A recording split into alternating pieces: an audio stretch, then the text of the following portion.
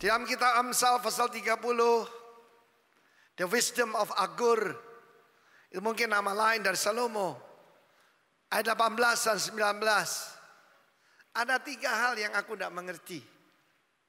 Dan ada 4 hal yang merupakan rahasia, misteri bagiku. Pertama adalah jalan Raja Wali di udara. The way itu derek, katakan derek. Raja Wali Nasser. Dari mana kita dengar dulu Presiden Mesir Gamal Abdul Nasser. Nah, Nasser itu Raja Wali. Yang kedua, jalan daripada ular. Kalau jalannya Raja Wali kan gini ya. Coba semua begini. Soaring, ya, begini kan. Kalau jalannya ular gimana?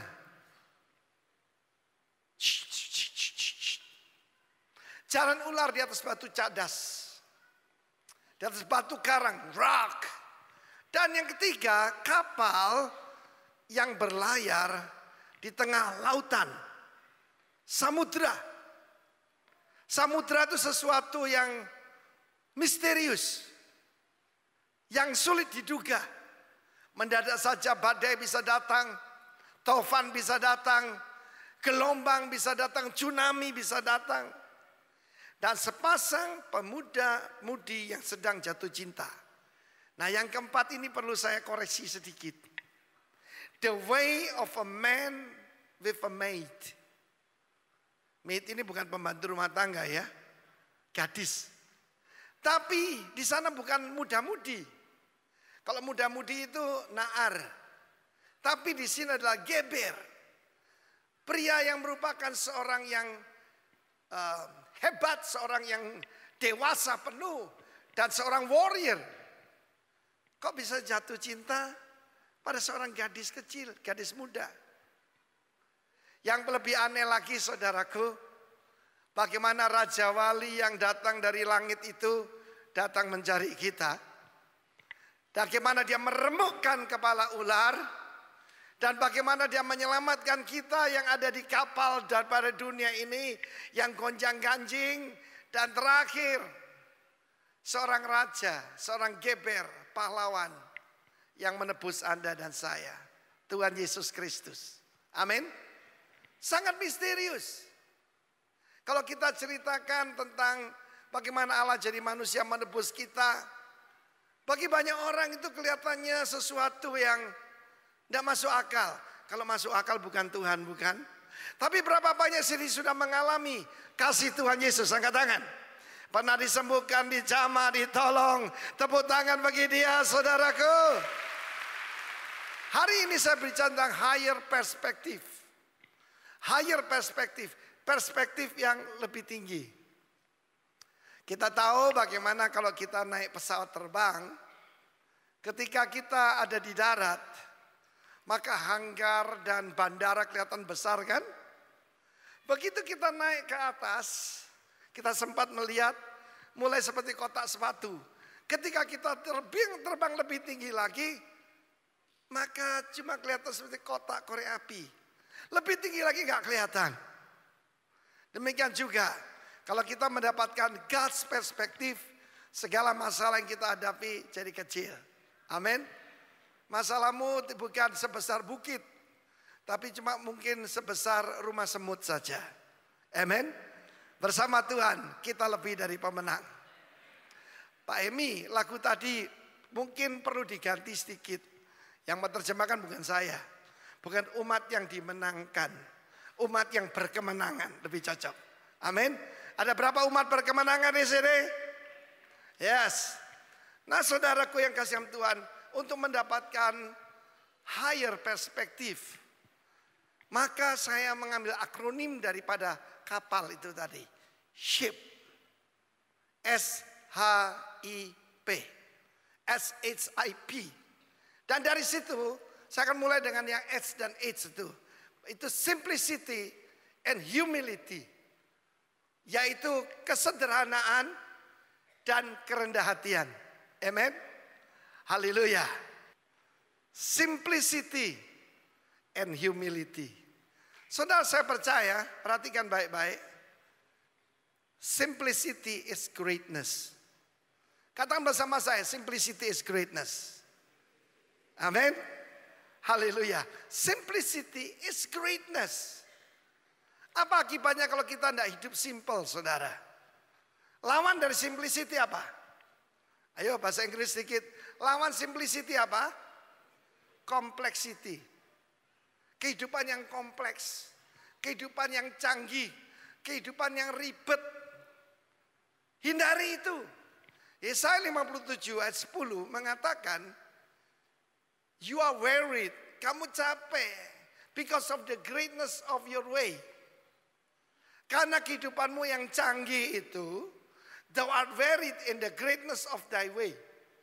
Ya, oleh perjalananmu yang jauh engkau sudah letih lesu. Bukan cuma jauh, tapi cara hidupmu yang ribet itu. Saya memakai satu arloji, bukan yang ini, yang satunya lagi. Kalau saya kurang jalan dimarahin, saudara. Kemarin kamu cuma jalan sekian, kamu harus hari ini harus lebih baik dan sebagainya. Arloji yang bagus sekali. Nah, saudara yang kasih Tuhan, di dalam Yesaya 57 ayat 10, di dalam terjemahan The Message, you wear yourself out, kamu membuat dirimu jadi capek sendiri, trying the new and the different. Selalu coba yang canggih, ya toh. Wah, kerja mati-mati, kenapa? Mau ganti gadget. Itulah Indonesia. And never see what the waste it all is. Dan tidak melihat betapa sia-sianya semua itu. You always found strength to the latest fad. Jadi kamu selalu ada waktu, selalu ada yaitu tenaga, selalu ada kesempatan untuk mencoba hal yang baru. Never got tired of trying new even religion. Yesus berkata, datanglah kepadaku kamu yang letih lesu, berbeban berat. Amen. Saya melihat bagaimana orang-orang yang benar-benar kaya itu sederhana, saudara. Ya, Warren Buffett.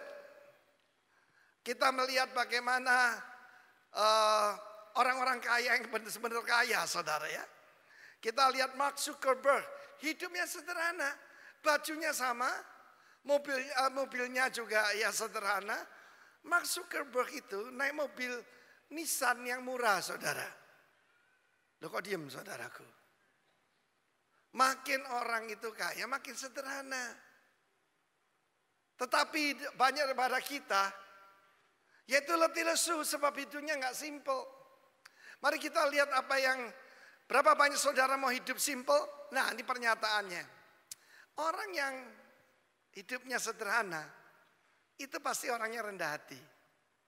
Orang yang rendah hati, yaitu seringkali orang yang paling simple deh orang yang rendah hati. Akhir tahun yang lalu, seorang pemimpin itu harus berani mengaku kesalahannya. Saya ditegur Tuhan, saudara. Saya datang pada Tuhan sambil nyanyi. Saya kan saudaraku pemazmur. Dan saya nyanyi, it is well with my soul. Salah satu lagu kesukaan saya.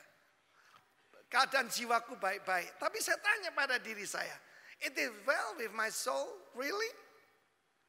Dan Tuhan berkata, kamu kebanyakan barang. Kebanyakan baju, kebanyakan semuanya. Saya bisa aja bilang, ini loh. Ini saudara-saudara saya nih yang kasih macam-macam. Tetapi kita dipanggil untuk jadi penyalur berkat, bukan? Having just enough is to have enough. Kalau kita itu merasa cukup, kita udah kaya, saudara. Kalau kita tidak pernah merasa cukup, kita tuh selalu miskin.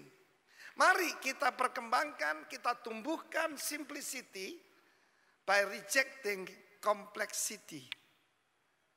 Banyak orang hidupnya terlalu canggih, saudara. Sakit gigi cenut, ada teman saya. Sakit terus. Sakit gigi cenut, Singapura. Padahal di lembah pujian gratis. Amin, saudaraku. Ya, lalu perutnya cekot-cekot. Wah, harus pergi Jerman. Aduh, susah sekali hidupnya. Banyak orang hidupnya terlalu kompleks, saudaraku. Dan firman Tuhan mengajarkan kita to lead a simple life. Catat Yesaya 57 ayat 10, Yesaya 57 tadi, renungkan. Ya, renungkan sungguh-sungguh. Perjalanan jauh engkau sudah letih lesu. tahun ini kita akan diberi yaitu istirahat, saudara. Putra saya yaitu Hari Pujo di Singapura berkata, Pak, ayo bersama anak-anak saya kita jalan-jalan ke Austria. Bapak saya pernah ke sana? Belum pernah. Ya, enak juga punya anak-anak yang diberkati, bukan saudara? Tetapi memang kita perlu istirahat, itu perlu. Tetapi saya dalam kehidupan saya berusaha untuk hidup makin sederhana, makin tua makin sederhana. Makanannya makin sederhana dibandingkan dulu, saudara. Makin lama makin sederhana.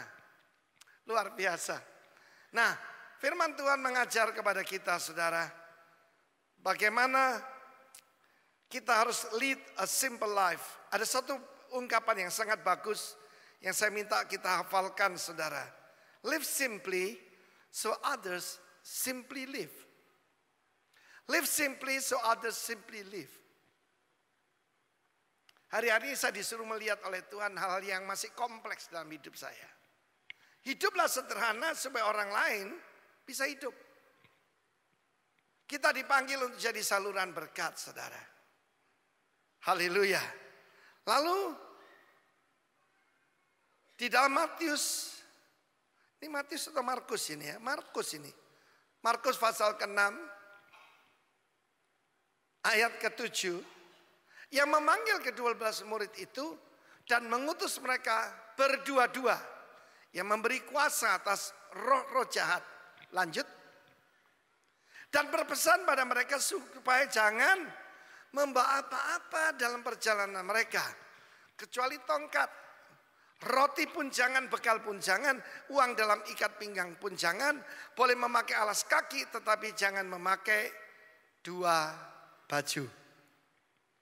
Saya masih ingat ada seorang penginjil yang asalnya penyanyi yang dipakai Tuhan dalam hidup saya. Tidak usah disebut namanya, sudah bersama Tuhan. Saudara, pada waktu saya menjemput dia, mobil saya nggak cukup. Kenapa? Kopernya 6. Kopernya 6, saudara. Pelayanan cuma seminggu, kopernya 6. Laki-laki loh ini, bukan perempuan. Sepatunya enggak tahu berapa pasang, jasnya berapa pasang. Padahal saudara, waktu itu enggak banyak gereja, ada air condition. Jadi dia ganti-ganti pakaian terus. Lalu kemudian beberapa tahun kemudian saya ketemu lagi dia, sudah kopernya enggak banyak-banyak, saudara. Rupanya roh Yesus membuat orang hidupnya makin simple. Saya melayani Tuhan tahun ini. Kalau nanti hari Natal ya saya bertobat, berarti saya melayani Tuhan 38 tahun. Saya menikah tahun ini 40 tahun. Puji nama Tuhan. Tapi saya betul-betul mengalami bahwa segala sesuatu sudah disediakan oleh Tuhan. Segala sesuatu. Salah satu yang paling sulit itu penerjemah, saudara. Sebab seorang pengkhotbah baik sekalipun, berpengalaman sekalipun, kalau penerjemahnya tidak ada, tidak bisa menyampaikan dengan baik, bisa kacau, saudara. Dan saya berdoa nanti perjalanan saya ke Vietnam, karena saya akan berkhotbah bahasa Inggris, diterjemahkan bahasa Vietnam. Dan bahasa Vietnam itu susah loh, saudara. Tulisannya Nguyen, bacanya Nguyen. Susah kan, saudara? Kalau dengarkan tuh ngoing gitu, saudaraku. Ya, saya percaya bahwa Tuhan akan menyediakan segala yang saya butuhkan. Karena itu kalau kita bersama dengan Tuhan Yesus, Dia berjanji jangan khawatir akan apa yang kamu makan, yang kamu minum, kamu yang pakai. Semua itu dicari oleh siapa? Penyembah berhala. Tapi engkau carilah terlebih dahulu kerajaan sorga serta kebenarannya. Semuanya akan ditambahkan kepadamu. 1 Korintus pasal 2. Mengapa hidup Rasul Paulus itu begitu berbuah? Saya tidak mengajar saudara to be successful. Karena itu tidak ada dalam Alkitab. Yang ada to be fruitful. Yaitu untuk berbuah. Kenapa Rasul Paulus begitu berbuah? Sebab aku telah memutuskan tidak mengetahui apa-apa di antara kamu selain Yesus Kristus, yaitu Dia yang disalibkan. Coba kita lihat terjemahan The Message yang sangat indah. I deliberately kept it plain and simple. First Jesus and who he is. Then Jesus and what he did. Jesus crucified. Amen. Itulah kehidupan Rasul Paulus. Dia tidak mencari nama. Dia tidak mencari ketenaran. Dia tidak mencari kekayaan. Sebab segala sesuatu kalau cuma benda-benda Tuhan sediakan. Nah saudaraku yang kekasih, Rasul Paulus berkata, first Jesus. Dan menceritakan who he is. Kedua, tetap Jesus. Dan apa yang dia lakukan. Itu tugas saudara dan saya. Bukan cuma untuk hamba-hamba Tuhan disebut full time. Every believer punya yaitu goal satu. Memberitakan Yesus. Salah satu tema hidup saya meniru youth with a mission. To know him and make him known. Mengenal dia dan memperkenalkan dia. Itu aja. Mengenal dia dan memperkenalkan dia. Bagaimana saya mengenal dia? Saya juga dengerin khotbah-khotbah hamba-hamba Tuhan lain. Saya juga selain membaca Alkitab, saya membaca buku-buku rohani. Saya mencari wajah Tuhan. Baru saya memperkenalkan Tuhan. Amen. Haleluya. Plain and simple. Humility, luar biasa. Tentang humility, mari kita lihat pernyataan seorang hamba Tuhan. Slide paling akhir, yaitu di dalam nomor 19. Ini Rick Warren dulu. True humility is not thinking less of ourselves. Kerendahan hati yang sejati bukan melihat diri kita nih kurang dan punya kekurangan. Tetapi kurang memikirkan diri sendiri. Itulah kerendahan hati. Karena masalah kita itu kalau roh jahat bisa kita usir saudara. Tapi masalah kita adalah masalah self. So lihat pride. P-R-I-D-E. Huruf apa yang ada di tengah? Huruf I. I is the center of pride. Sin, dosa, S-I-N. Yang di tengah huruf apa? I, ego is the center of sin. True humility bukan menganggap diri kita itu tidak ada apa-apanya. Tapi makin kita cuma memikirkan Tuhan dan kepentingannya dan umat Tuhan, kita dipikirkan oleh Tuhan. Amin. Haleluya, tepuk tangan bagi Allah kita. Aku tidak mau mengetahui apa-apa di tengah-tengah kamu kecuali Yesus dan dia disalibkan. Itu kata Rasul Paulus. Itu yang saya tiru dalam hidup saya. Karena itu hidup saya enak saudara ya. Makin simple, makin diberkati oleh Tuhan. Mari kita lihat apa akibatnya. Masalahnya kan memang self ya saudara. Slide nomor 21. Yang pertama itu masalah adalah self-righteous. Merasa diri benar. Kebenaran diri sendiri. Self-righteousness itu kebenaran diri sendiri. Self-righteous merasa diri paling benar. Dan kalau merasa diri paling benar semua orang salah. Kafir, kafir, kafir, kafir. Itu saudara. Itu adalah Farisi abad 21. Amin. Lalu satu lagi self-importance. Merasa diri VIP. Hati-hati loh saudara. Kalau sudah ngalami seperti saya.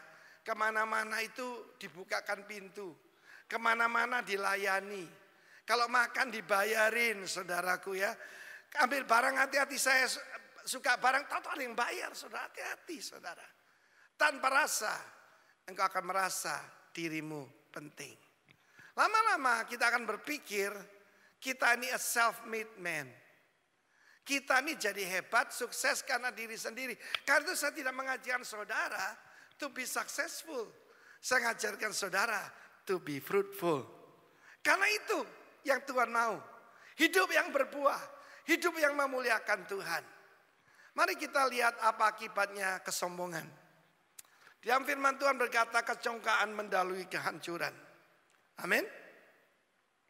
Kecongkaan mendahului kehancuran. Dan tinggi hati mendahului kejahatan. Tuhan.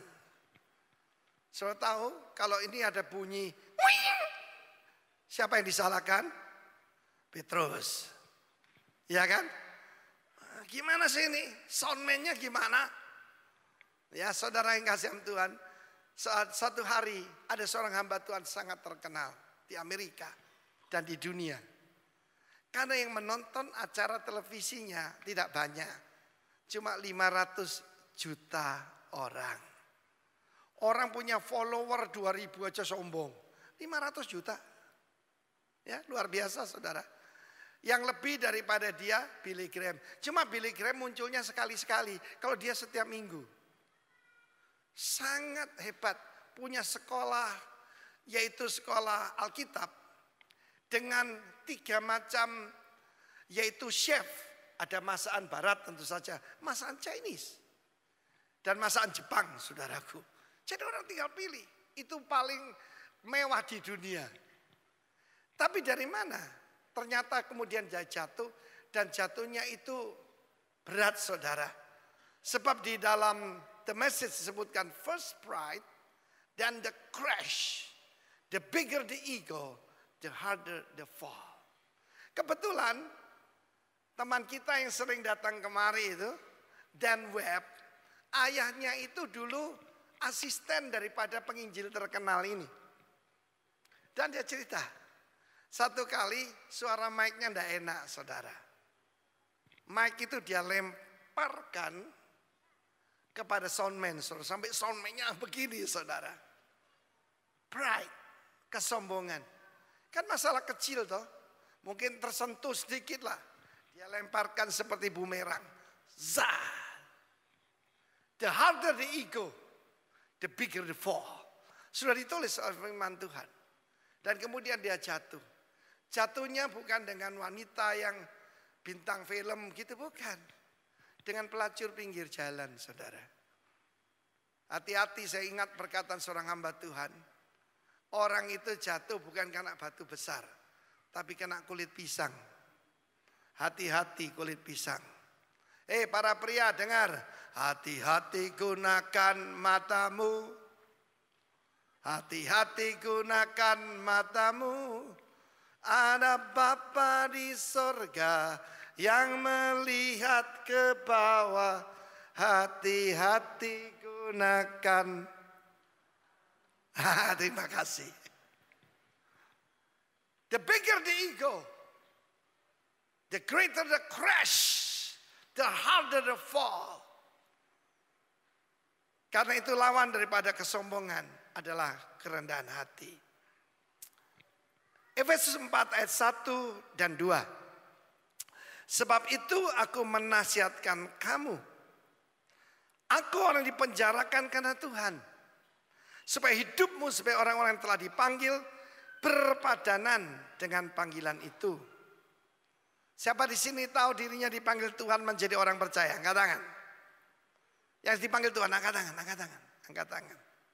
Kita baca ayat 2 bersama-sama. 1, 2, 3. Hendaklah kamu selalu rendah hati, lemah lembut dan sabar. Tunjukkan kasihmu dalam hal saling membantu. Mari kita lihat tanda-tanda akhir zaman. 2 Timotius 3 ayat kedua. Manusia akan mencintai dirinya sendiri. Menjadi hamba uang. Mereka membual. Menyombongkan diri. Mereka jadi pemfitnah, tukang gosip. Mereka berontak terhadap orang tua dan tidak tahu berterima kasih. Tidak mempedulikan agama. Nah sekarang hati-hati buat yang sombong. Yakobus 4 ayat 6. Tetapi kasih karunia yang dianugerahkannya pada kita lebih besar daripada itu. Karena ia katakan Allah menentang orang yang congkak. Terjemahan lain berkata memusuhi orang yang congkak. Tetapi mengasihani orang yang rendah hati. Saudara, di sepanjang Alkitab pernyataan ini ada. Allah menentang orang yang congkak, tapi memberikan anugerah pada yang rendah hati. Saya ini berpikir bahwa saya ini sudah cukup lumayan. Karena salahnya saya bandingkan dengan teman-teman saya hamba Tuhan lain. Wah lumayanlah saya, lumayan gitu. Tetapi ujian itu datang untuk membuktikan tidak seperti yang kita pikirkan. Satu hari, baru berapa hari yang lalu ini, kartu kredit saya ditolak saudara. Kartu kredit saya juga dipakai untuk beli tiket hamba-hamba Tuhan di gereja kita. Supaya apa? Supaya tentu saja kita dapat poin. Karena perjalanan saya banyak sekali, kan lumayan bisa dapat beberapa tiket gratis. Tetapi ternyata batasnya tinggal 120.000. Dan pada saat itu saya memberikan respon yang salah. Saya tegur kepada mereka. Kamu kan mempermalukan saya pada ini. Padahal ya kita ada uang di sana. Tapi Roh Kudus menempelak saya. Roh Kudus menegur saya. Kamu congkak, kamu sombong, kamu nganggap dirimu penting. Self-importance. Tanpa rasa saudara. Sebab kemana-mana saya kalau pergi ke pesta selalu ditaruh tempat yang paling bagus. Apalagi di tempat kebaktian. Selalu di tempat yang paling baik. Tanpa rasa kita berpikir kita ini penting. Padahal yang penting itu Yesus yang di dalam kita. Itu persis kayak keledai yang ditunggangi Yesus itu loh. Ya, ketika dia ditunggangi, firman Tuhan mengatakan keledai beban muda yang tidak pernah ditunggangi orang. Bagaimana kuda tidak pernah ditunggangi gimana? Kuda loh. Wah, saudaraku, loncat-loncat begini kan, saudara pernah nonton rodeo. Tapi kalau keledai lebih sadis, saudara. Sebab keledai kalau ditunggangi orang, tidak pernah dijinakkan, dia akan menggulung orang itu. Bukan cuma melemparkan, tapi diajak gulung-gulung. Tetapi ketika sang pencipta menunggangi dia, keledai aja kenal sang pencipta. Manusia tidak mengenal penciptanya ketika datang. Dia datang pada milik kepunyaannya. Tapi milik kepunyaan tidak menerima dia. Kami tidak mau orang ini jadi raja atas kami. Tapi keledai itu tunduk. Di sampingnya ada induknya. Dia bicara pakai bahasa keledai. Nah, jangan macam-macam loh. Ini Gusti Allah ini yang ada di sini. Yang kamu nunggangi, kamu itu Tuhan sendiri. Dan saudara, ketika mereka masuk, apa yang terjadi? Orang melepaskan jubahnya. Jas ini tentu saja tidak untuk dilempar di tanah. Tapi itu yang terjadi. Zaman dulu jubah lebih mahal dari jas sekarang. Sebab dulu ditenunkan saudaraku. Seperti jubahnya Raja Salman. Dilemparkan ke tanah. Dan saudara Yerusalem itu dulu ya kan cuma batu-batu begitu. Bukan cuma itu, mereka memotong dahan-dahan pohon, ditaruh. Dan pada saat itu keledai berpikir, wow, how important I am. Dia tidak tahu yang VIP yang nunggangi dia. Tapi tanpa rasa, kita bisa jadi seperti keledai itu saudara. Itu terjadi dalam hidup saya. Karena itu nanti kita minta Tuhan simplicity and humility. Kita minta Tuhan kerendahan hati. Ya saudaraku, kita minta kesederhanaan yang ada pada Tuhan Yesus. Saya percaya simplicity is greatness. Mantan presiden Pak Habibie itu dijemput ketika keluar dari Istana Merdeka. Pak Jokowi itu begini. Coba orang lain, lu kan mantan, gue nih presiden. Enggak saudara, dia memberikan hormat dengan taksim sekali.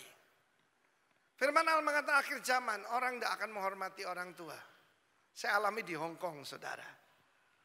Belakangan ini karena kita sangat diberkati, maka kalau kita pergi ke tempat-tempat conference, itu kita bayar sendiri semua, saudara. Ya, ketika kita ke Kamboja, kita pergi ke Hong Kong, saya pergi ke Vietnam, semuanya bayar sendiri. Hotel, pesawat terbang, dan tidak ada yang jemput kita, saudara. Di sini kan enak, ya.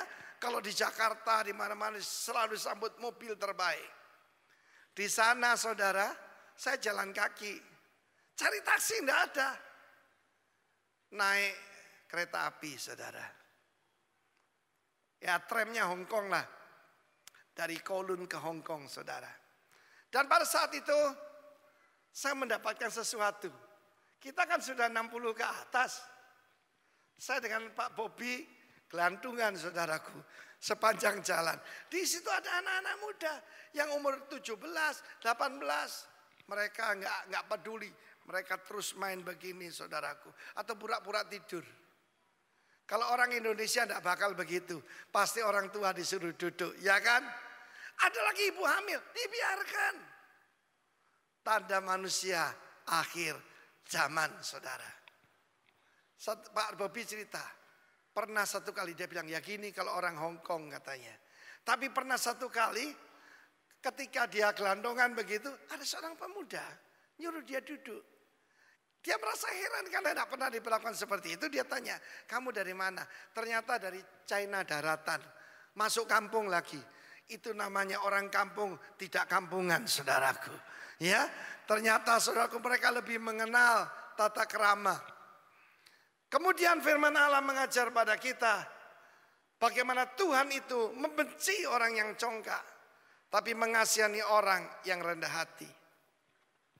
Yang ketiga, I stands for integrity. Integritas. Integritas itu lebih dari honesty. Lebih dari trustworthy, bisa dipercaya. Integritas itu adalah wholeness kepada jiwa seseorang.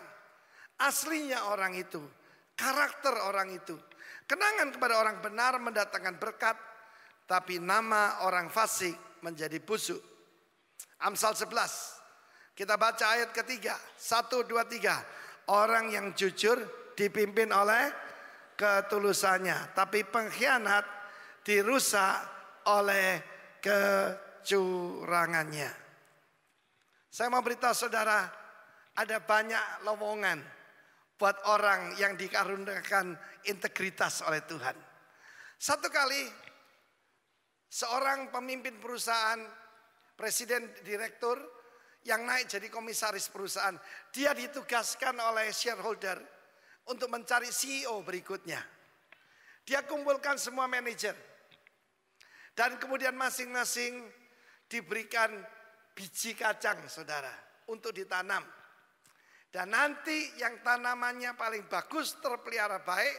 Kalau kamu bisa setia dengan perkara kecil ini, aku bisa percayakan perkara lebih besar. Yaitu sebagai direktur dari perusahaan ini. Nah saudaraku, ketika saudara ditanam, maka mereka mendapatkan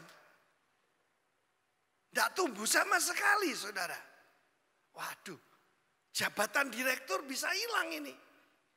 Lalu diam-diam mereka konsultasi kepada ahli tanaman. Oh ini ditanggung tumbuh. Lalu kemudian pada hari itu, setelah beberapa minggu dihadapkan dan dijejer di hadapan daripada komisaris perusahaan dan beberapa shareholder utama di situ. Waduh, ada yang sudah tumbuh, ada yang lebih tinggi dari yang lain, bahkan sudah keluar daunnya. Tapi yang satu sama sekali tidak tumbuh dan semua orang mentertawakan dia. Dia malu ya, tapi ya begitulah. Anda tahu siapa yang dipilih? Yang tidak tumbuh itu. Dan komisaris perusahaan berkata, biji ini semua sudah saya rebus. Jadi sudah mati, tidak mungkin tumbuh. Jadi yang lain itu bohong semua. Yang lain dusta. Cuma satu ini yang dipilih jadi presiden direktur. Saya mau beritahu saudara, Dunia sedang mencari orang yang punya integritas. Jangan yang ngomongnya dolak-dalik, saudara. Mari selanjutnya saudara kita lihat firman Tuhan. Amsal 14 ayat kedua. Siapa berjalan dengan jujur takut akan Tuhan. Tapi orang yang sesat jalannya menghina dia. An honest life shows respect for God.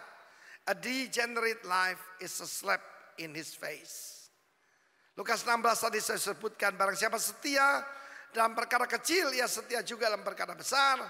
Dan barang siapa tidak benar dalam perkara kecil, ia tidak benar juga di dalam perkara-perkara besar. Mari kita lihat, integritas adalah yang paling esensi, yang paling penting di dalam karakter ilahi dan kepemimpinan yang efektif. Lihat saya. Anda semua mempercayakan pada kami penatua. Sebab kalian percaya bahwa kita ini punya integritas, ya kan? Salah satu buktinya, semua properti yang dipercayakan pada kita, banyak sekali loh, sudah kita pindah tangankan, yaitu kepada gereja, kepada yayasan yang adalah milik Anda. Loh kok diem saudaraku? Selama seorang pemimpin bisa dipercayakan kepemimpinan. Tapi sekali dusta, karena itu seringkali ada karakter assassination. Coba saya lihat di sosmed itu, ya, yang korupsi itu DPR, tapi yang dituduh Pak Ahok, saudara. Ya, ini Raja Salman cuma 2 hari di Jakarta, yang disalahkan Pak Ahok, saudaraku. Nah, kan lucu kan saudaraku? Ya, tentu saja Bali 6 hari lebih menarik daripada Jakarta 2 hari. Puji Tuhan kita tinggal di Bali, tepuk tangan bagi Allah kita. Mari kita minta Tuhan, kita merubah gaya hidup kita, simplicity. Kita minta Tuhan kerendahan hati yang daripada Tuhan. Belajar daripadaku, aku lemah lembut dan rendah hati. Jiwamu mendapat ketenangan. Efesus 2 yang kita baca tadi, Efesus 4. Yang mengatakan bagaimana kita yang telah dipanggil harus selalu nih rendah hati. Amin saudaraku. Harus selalu sabar, saling membantu. P yang terakhir tidak kalah pentingnya. P ini adalah purity, kemurnian, kesucian. Semua orang tahu kalau mendengar nama Yesus siapa dia. Manusia yang suci. Demikian juga sebagai apa yang diharapkan dari pengikut Kristus. Kehidupan yang pure, kehidupan yang murni. Berbahagialah orang yang suci hatinya, karena mereka akan melihat Allah. You are blessed when you get your inside world. Apa inside world kita? Your mind and heart, pikiran dan hati kita. Kalau dibenarkan dan baru kamu bisa melihat Tuhan yang ada di luar. Dan ini perintah Tuhan buat kita, 2 Korintus 7 ayat 1. Saudara-saudaraku yang kekasih, karena kita sekarang memiliki janji-janji itu, marilah kita menyucikan diri kita dari semua pencemaran jasmani dan rohani, dan dengan demikian menyempurnakan kekudusan kita dalam takut akan Allah. Siapa yang jujur jalannya menghormati Tuhan. Kita baca dalam terjemahan The Message ayat terakhir. With promises like this to pull us on, dear friends, let's make a clean break with everything that defiles or distract us. Bukan cuma menajiskan, tapi membuat perhatian kita teralih. Both within and without, di dalam maupun di luar. Let's make our entire life fit and holy temples for the worship of God. Sebelum orang jadi hakim dalam majelis konstitusi, hakim agung dalam mahkamah agung dilakukan fit and proper test. Sebelum orang menjadi kapolri, sebelum orang jadi menteri, apapun, Fit and proper test. Dan fit and proper test akan diberlakukan kepada saudara dan saya. Saya dan saudara. Untuk fit memerintah bersama dengan Tuhan Yesus. Tepuk tangan buat dia, saudaraku. Tepuk tangan bagi dia. Bagaimana menyucikan jasmani maupun rohani, mengaku dosa di hadapan dia. Orang sombong tidak mengaku dosa. Orang sombong tidak berdoa. Orang sombong tidak tanya Tuhan. Tapi malam hari ini, berapa banyak saudara berkata, Jesus I need you. Jesus I need you. Amen. Jesus I need you. Dan mari kita saudaraku datang pada Tuhan malam hari ini. Dan berapa banyak saudara memerlukan jamahan Tuhan secara khusus. Kami ingin berdoa buat saudara. Ada yang minta didoakan secara khusus, angkat tangan. Ada lagi, ada. Tolong, silakan bangkit berdiri, datang kemari. I will pray for you. Yang wanita dilayani istri saya, yang pria saya yang layani bersama tim. Silakan yang perlu bantuan doa datang kemari. Mari adik datang kemari. Jangan ragu-ragu, come on datang kemari.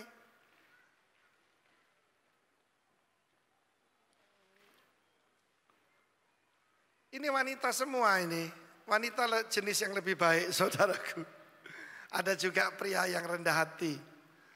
Ketika saya dulu maju seperti ini, seluruh hidup saya dirubah. Amin. Saya akui di hadapan Tuhan segala kekurangan saya, kesalahan saya akui di hadapan Tuhan. Dan Tuhan menjamah hidup saya. I make a clean break dari segala dosa, dari segala kesalahan. Haleluya. Haleluya. Yesus, Engkaulah segalanya bagiku. Tuhan Yesus ada di tengah-tengah kita. Amen. Dia begitu rendah hati, saudaraku, begitu baik. Haleluya. Kita akan masuk dalam perjamuan kudus. Roh Kudus sedang bekerja. Silakan dua diakonis layani mereka. Layani mereka secara khusus, bawa ke posyandu sana. Bapa di sorga, kami bisa sampaikan kebenaran-Mu. Sebab Tuhan membenci orang congkak. Itu sifat daripada Lucifer. Sifat daripada iblis. Yang anggap dirinya paling penting, paling hebat, paling benar. Biarlah kami selalu periksa diri, mawas diri Tuhan. Tidak ada yang baik selain Engkau. Karena itu ketika kami nanti menerima perjamuan kudus, berikan anugerah pada kami. Berikan kami sheep itu Tuhan.